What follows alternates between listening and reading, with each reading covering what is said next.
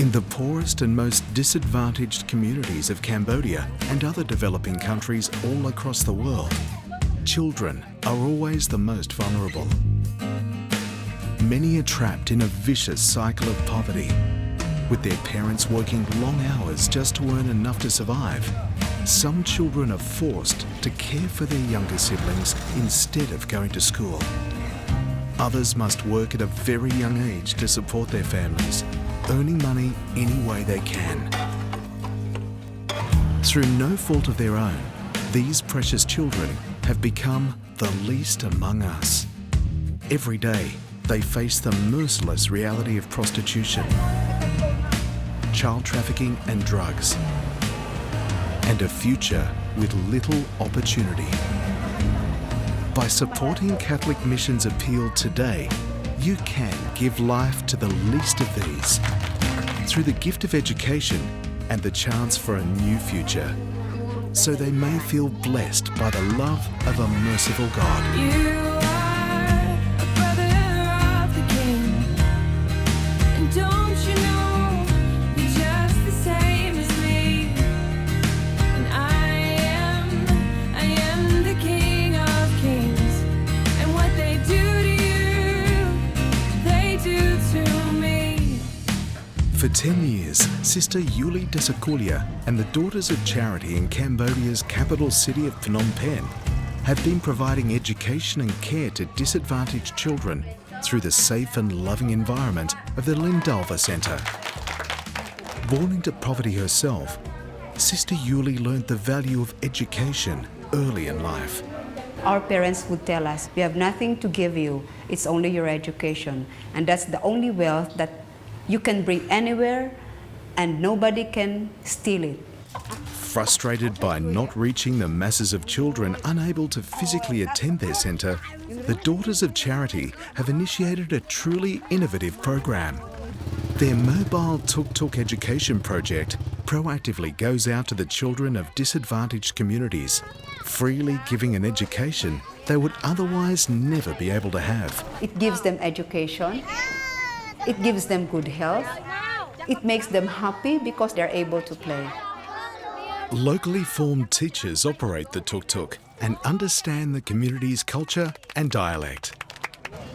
As well as learning their ABCs, the children receive vital lessons on hygiene, life skills, children's rights, and the importance of their cultural heritage. Fresh meals promote the children's health and help them stay focused while educational toys occupy the smaller ones. But there is a desperate need to expand this vital work. In Bung Trabaik village, 10-year-old Mali cares for her 4 younger siblings, including little sister Kesor. Home is a tiny one-room shanty in an unsafe area. With limited funds, the tuk-tuk can only visit here one morning each week. Mali's mother Hong works all day selling shells on the street to make enough to survive. Sadly, with Mali's father often absent for long periods, Hong has no choice but to leave the children alone at home. I feel scared that something bad will happen to my children when I leave them alone all day, like being stolen or abused. But I know they're safe when the tuk-tuk is here. Mali cannot go to school, so I thank you for the tuk-tuk coming to us. Mali seems so happy, and I want her to have a good future.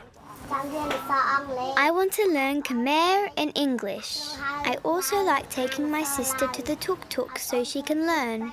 I want my sister to become a doctor.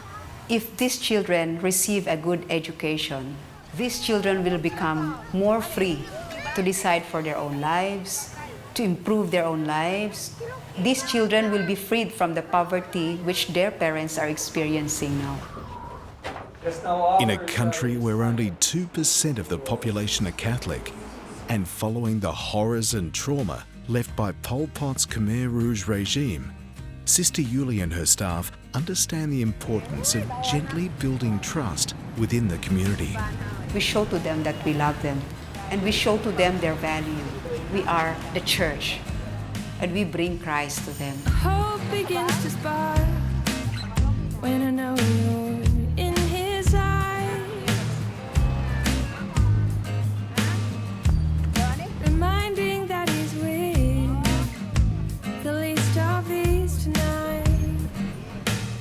My favorite passage from the Gospel is from Matthew 25. Whatsoever you do to the least of my brethren, you do it to me. And so we believe that these children are really the most vulnerable, and every time we take care of them, we believe that we are taking care of Jesus Christ. Sister Yuli urgently needs more funds to expand the project's reach into other villages, and also to involve parents through providing adult literacy classes. At this time, we need at least $106,500 to be able to continue the operation of these tuk-tuk services to families and their children, to be able to alleviate them from their poverty situation, change their life, and change their society. I urge you to make a generous donation to the work of Catholic Mission in Cambodia and throughout the world. Your donation will ensure that vulnerable children living in desperately disadvantaged communities can receive an education within a safe and loving environment. Your donation will also provide essential care for children with disabilities. And by supporting the outreach of the Catholic Church, you can also provide spiritual life to a country where many are yet to hear the good news of Jesus Christ and distill healing from the effects of the genocide. The Holy Father, Pope Francis, has called on the world to create an oasis of mercy. It's now up to us. Together, we can give life and a new future to the least of these in Cambodia and all around the world.